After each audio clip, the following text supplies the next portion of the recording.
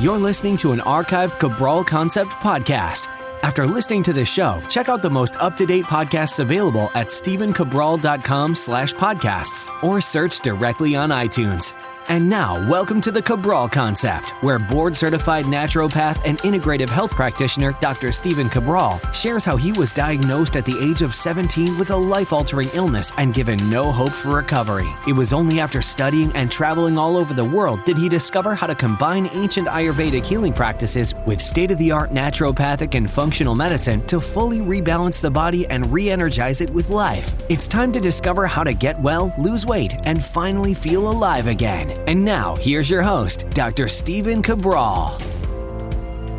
And today on our Weight Loss Wednesday show, we're going to be taking one of the most popular questions that people ask in both my Boston practices, but also all over the web. And basically, a lot of the questions that I get asked on a weekly basis are around nutrition, calculating calories, and how best to lose weight.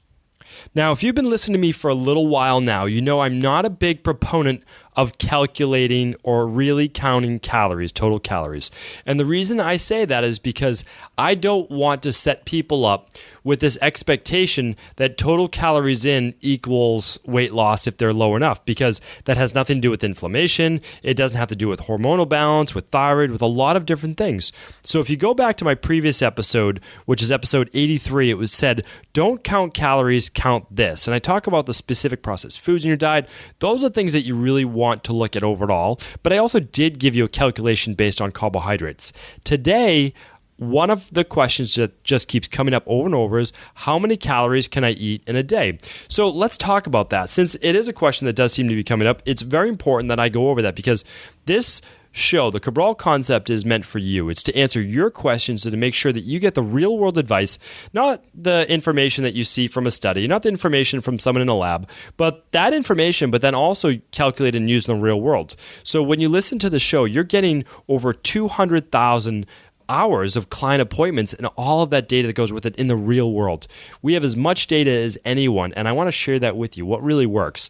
So again, the reason why I'm not a big proponent of counting calories is because you're not focused on whole food and you're following one of those diets that basically gives points for calories, you know, the ones I'm talking about. And it sets up this very strange relationship with food. Like, it's okay to have a 100-calorie snack pack no matter what it is because it only has 100 calories. Well, that type of mentality is false, and it's going to keep you stuck where you currently are because your body is inflamed, which is why I'm always talking about it. It's not always about calories in, calories out, or how much exercise you can do.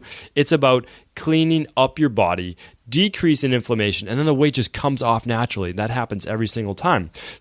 But you need a starting point, and a lot of people want that starting point, so it's my job to give that to you. So here's what we look at if we need to. Again, I really focus on eating the clean foods. There's no counting calories, but if you're looking for a starting point, I'm going to give you that right now. So what I want you to do is take a factor of your current body weight times 12, all right? So that's where we're going to start. So this is for weight loss, all right? For weight gain, you can calculate more like 14 or 15 or maintenance, but I'll show you how to calculate that in just 1 minute. So let's say your average body weight's 160 pounds. All right, so 160 pounds times 12, that's just our factor that we're using, all right? So you weigh 160 pounds, and you multiply it by a factor of 12. So that leaves you with 1,920 calories per day. That doesn't count the amount of calories you're burning off through exercise or anything like that. All right, so now if you're someone that's eating, now that's on a daily basis, right? So that's over the course of 7 days. And over the course of 7 days, that equals about 13,500 calories. Okay, so now if you're someone that's eating 15,000, 16,000 calories per week, you're going to be able to lose weight when you calculate in our factor of 12 on a daily basis, okay? But a lot of people, they eat, 2,000 one day, maybe 1,200 the next, 3,000 because they went out to dinner, something like that. So we're looking at total calories for the week, but really on a daily basis as well to try to keep your body regulated at a nice little metabolic burn rate. So I say start there. Now, a lot of times that 2,000 calories or so is going to be too many calories for most people. Okay, so I say understood. You can go down to a factor of 11. And so you take that same 160-pound person and you just multiply it by 11, which is going to be kind of our metabolic factor that we're looking at. And that's going to give give you 1,760 calories per week. So you can say, okay, if I eat that per day, 1,760 calories per day. If I'm eating that every single day, what does that equal? Well, it's going to equal hopefully weight loss, because now you're doing that on a consistent basis. And I like to also look at it this way. 1,760 calories. Let's just divide that by 4 meals per day, which is a lot of times what I'm looking at for clients, spaced about every 3 or 4 hours. So that's about 450 calories per meal. All right, that's a decent amount of food, especially if you get in your vegetables, your good fats, and your protein. So that's a decent amount. And that's 4 times per day. If you were to split it up over just 3 meals, you'd be at about 575 calories or so. So that's a decent amount of food per meal. All right. Now, let's say you're following that, but you're still not losing weight. Well, then I say you can go down to a factor of 10, but I never use less than a factor of 10, which means now this is easy, right? Easy math. Whenever you want the lowest that I typically go, you take your body weight and you put a 0 on it. So it's pretty easy. So if you weigh 160 pounds, well, you're going to do 1,600 calories per day. All right, and I don't go lower than that, factor of 10, because I need the body to get enough nutrition, and that means that you're going to have to, yes, do some exercise to get that metabolism boosted. So 1,600 calories divided by 4 meals is 400, and divided by 5 meals is what, 50 or something like that? Or divided by 3 meals, okay? So that's going to be 1,533 calories, or 533 calories per meal. So let's make it a little simpler, because I gave a lot of numbers, a lot of different things like that. If you're a 200-pound person, you want your lowest factor is going to be 2,000 calories per day, right? So you're just taking your weight, adding on a 0. That's the lowest I recommend people going. If you weigh 120 pounds, the lowest calories you're going to intake is 1,200 calories. All right. The only way this could change, in my opinion, is when you're doing a detox or you're doing a green juice cleanse or something like that, and you're 1 or 2 days of not taking in any food except those shakes or juices. That's going to be low-calorie days, of course. That's going to help you give that automatic decrease in inflammation and regulation of blood sugar as long as you're doing a proper plan. That's going to help give your body a little bit boost as well. Or you do a 24-hour intermittent fast day as well. That will also help. So, but on a daily basis, I like to make sure that the body's getting enough nutrition. So in my opinion, although there have been studies in terms of longevity and aging where they've done it with 800 calories per day, I've seen too many people in my practice really have too much of a rebound effect where they overeat, but also that their body's not getting enough nutrients, enough minerals for optimal energy and wellness. Because you may live longer, but what if you're not living longer with energy and feeling great, and your hair is falling out, your nails are getting weak, all of those things. And I've seen thyroid go down as well, lowered thyroid on a too low calorie diet. But as long as you're really not going lower than a factor of 10, then you're good to go. Now, if you're losing too much weight or you stabilize, you can always add that other factor back in by 11 or 12. So in my opinion, and especially if you're a health practitioner yourself, start with a factor of 12 with your clients, and then take that down to 11, and then take it down to the lowest at 10. Now, the other interesting thing is, if you're 160 pounds and your goal weight is 140, well, eventually you can see that when your weight goes down, you may have to decrease your total calories, right? You go from 160 pounds to 140 pounds. A factor of 10 is then 1,400 calories per day. So you can see how that works. Now, the great thing about exercise is that you may actually be able to increase your number of calories you eat per day because you're boosting your metabolism and you're burning calories while you are exercising. So that's the great thing. Even when you get down to 140 pounds, you might be able to eat 1,600 or 1,800 calories a day because your body is that furnace that needs more fuel and it's burning off more calories for energy.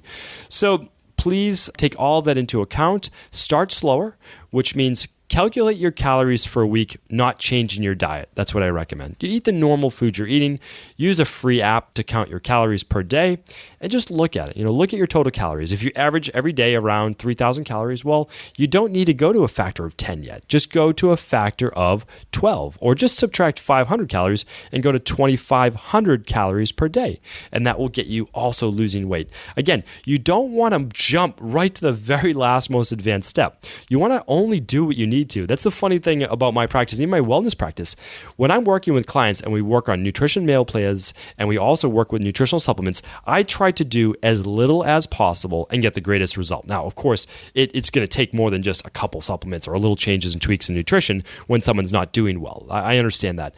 But you don't need 30 supplements, right? And you don't need to starve yourself and you don't need to exercise for 90 minutes a day. None of that is needed.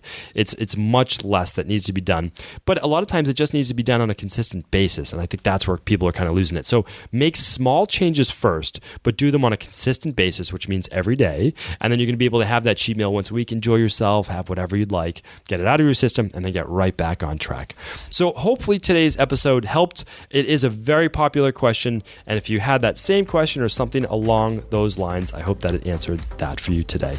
Thank you again for tuning into another Cabral Concept. Before you go, I wanted to share a personal story with you.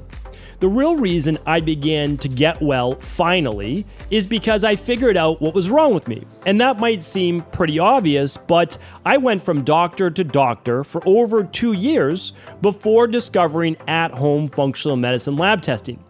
These are the labs that enabled me to finally figure out what was wrong with my hormones, blood sugar, electrolytes, and gut health. And once I knew what was wrong, I could then follow a proven plan in order to rebalance my body from the inside out. This is why I believe so strongly in functional medicine lab testing and why I've made it my mission to share these labs with the world. Now at equa.life, you can order an at-home lab test or a lab bundle for you and your family and be able to complete it within the week. Plus, the EquaLife difference is that you're not left to try to read and figure out these labs on your own. We explain what your lab numbers mean, what they mean in the much bigger picture, and then how to go about rebalancing your body in order to heal. To see our full selection of lab tests, or to set up a free lab selection call to find out what labs may be best for you, simply head on over to equa.life/labs. And do remember, we ship these all over the world. To find out more and to set up your free lab selection call, simply head on over to equa.life/labs. That's EQUI.LIFE/labs.